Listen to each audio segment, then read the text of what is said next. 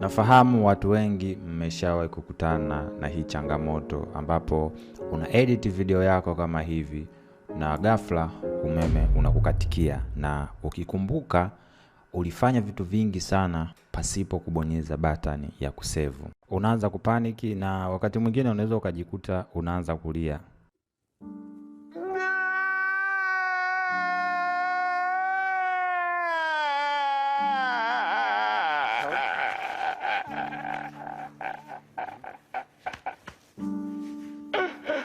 Basi usijali, katika video hii nitakuonyesha jinsi ya kuweza kurecover project ambayo hukuweza kuisave vizuri, yani ulisave lakini ukakaa muda mrefu bila kusave na ukumbuki wapi ulipoishia.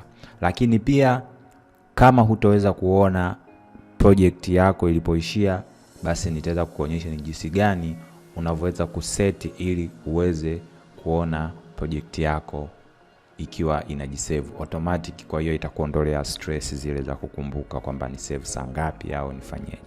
Katika program zote za Adobe, iwe Photoshop, Premiere Pro, After Effects, InDesign na kadhalika, zina tabia ya kujisave automatic, hasa kuanzia matoleo ya CC 2015 na kuendelea. Kwa hiyo kama unatumia Adobe labda CC 6 kurudi nyuma, siwezi kukushauri kutumia hizo kwa sababu hazina hiyo features. Kwa hiyo ikitokea umeme umekatika au program ghafla imecrash, unachotakiwa kufanya ni kwenda kwenye folder hili hapa kuweza kuangalia project yako. Ingia kwenye my computer, kisha nenda kwenye documents. Ukishaenda kwenye documents, nenda kwenye Adobe. Ukishaenda kwenye Adobe, utachagua folder la program husika. Kwa hiyo nitaenda kwenye Premiere Pro 14.0. Huku utaweza kuona Adobe Premiere Pro Autosave. Kisha ingia kwenye folder imeandikwa Autosave, maana yake huku utaweza kuona kila baada ya muda fulani vinakuwa vinajisave. Kwa mfano unaweza ukaona kuna project nilikuwa na edit inaitwa session 002, maana yake ilikuwa inajisave, na hii mbele ni muda ambao ilikuwa inajisave. Kwa hiyo kama unatafuta latest one, maana yake utaangalia project inayoishia namba kubwa. Kwa hiyo ukiangalia hapa project inayoishia namba kubwa ni hii yenye mwisho 56, umeona. Kwa hiyo hivi pia ni preset ambazo unaweza ukaseti kwenye program husika. Lakini pia kama unatumia program tofauti, tuchukulie mfano Adobe Illustrator, unachotakiwa kufanya ni kwenda kwenye file kwenye program yako husika, na kisha kwenda kwenye file edit, kisha edit, naenda preference. Ukishaenda preference, bonyeza general.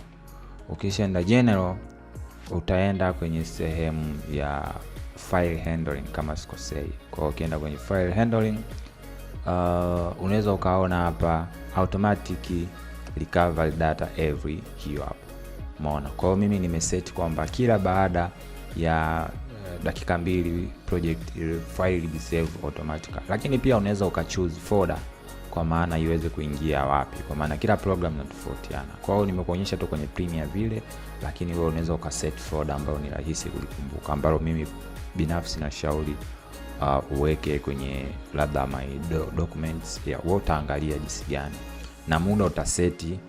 Usiseti chini ya dakika 2 kwa sababu itakuwa inakukera kila mara kompyuta ina freeze iweze kusave. Kwa hiyo kama kompyuta yako ni nzito, weka dakika 5, dakika 10 au dakika 2. Lakini kwa mtu mwenye fast computer unaweza kuweka dakika 2 au dakika 1. Usiweke sekunde 30, itakuwa inakukera kila mara inakukumbusha kusave. Kwa hiyo hivyo unaweza ukaona jinsi gani tunavyoweza tuka set, ambapo kwenye Premiere Pro unatakiwa uende kwenye edit. Ukienda kwenye edit utaenda preference, ukienda kwenye preference utaenda autosave. Ukienda kwenye autosave unaweza ukaona kwamba hapa nimeset kwamba automatic save kila baada ya dakika 15, umeona. Kwa hiyo mfano Premiere Pro ni programu kubwa, ni nzito, ukiweka muda mfupi sana inakuwa inakera, yani kila mara kompyuta ina freeze. Kwa hiyo unaweza ukaweka 15 au unaweza ukaweka 10, umeona. Lakini kwa program kama Premiere Pro usishuke chini ya dakika 5, itakuwa inakukera kwa maana kila inapotaka kusave ina freeze, umeona. Kwa hiyo unaweza ukaweka hivi na maximum number of version of project, kwamba ijisave mwisho mara ngapi. Kwa hiyo itatengeneza auto save mafaili maximum 20. Ikifika 20 maana yake inaanza moja, ikianza moja maana yake inaanza kureplace yale mafaili ya nyuma. Kwa hiyo natumai umeweza kuona mbinu hii ya kawaida, lakini inaweza kusaidia katika maisha yako ya design ya kila siku. Asante sana, kumbuka kusubscribe na tukutane tena wakati mwingine.